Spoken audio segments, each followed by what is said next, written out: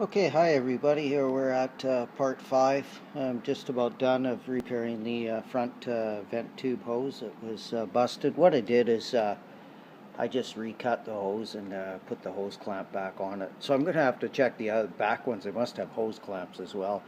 Anyways, I've just cut it and put the hose clamp on, and I had to drill the holes a little bigger because what I did is I put some stainless bolts, and I had to drill out this a little bit, and I put them through from the back side up. And how did I stick them in?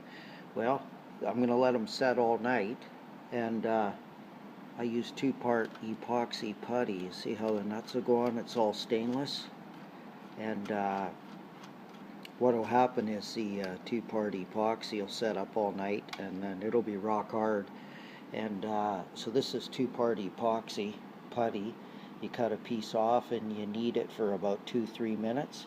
And then what I did is I put the epoxy putty around the base of this bolt here, and then pushed it up from the backside so it's stuck in, and then I slabbed a whole bunch of epoxy over the head of the bolt, so it'll lock it right in there. See if we can get a shot.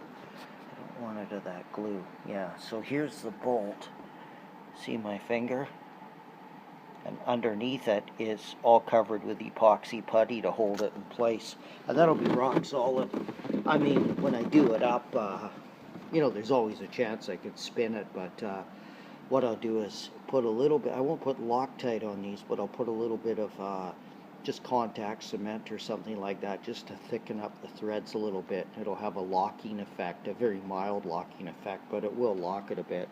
And I'll put lock washers on it as well, maybe a flat, maybe just a flat. I don't think it's under that much stress. And like I say, I'll gum up the threads with some contact cement, something like that. And so anyways, when these set up, when the epoxy sets up, by the morning I'll be able to slide this tube back in, and I'll drill these holes a little bigger just so they're a little oversized. And when you're putting it in, you see the hose clamp here? There's a squared off area here. That's where it sits. And you've got to tilt this in a forward motion to slide it down in. And we'll see how it goes tomorrow. Hopefully I don't knock these bolts out, because they'd be very tough to get to.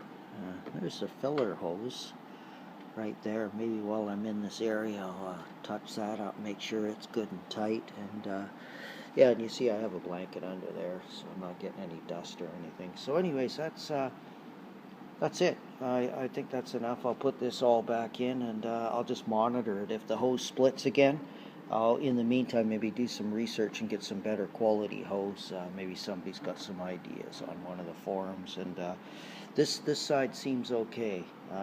This side, as you saw before, was junk. So, okay, that's it from Rod. Hope that helps.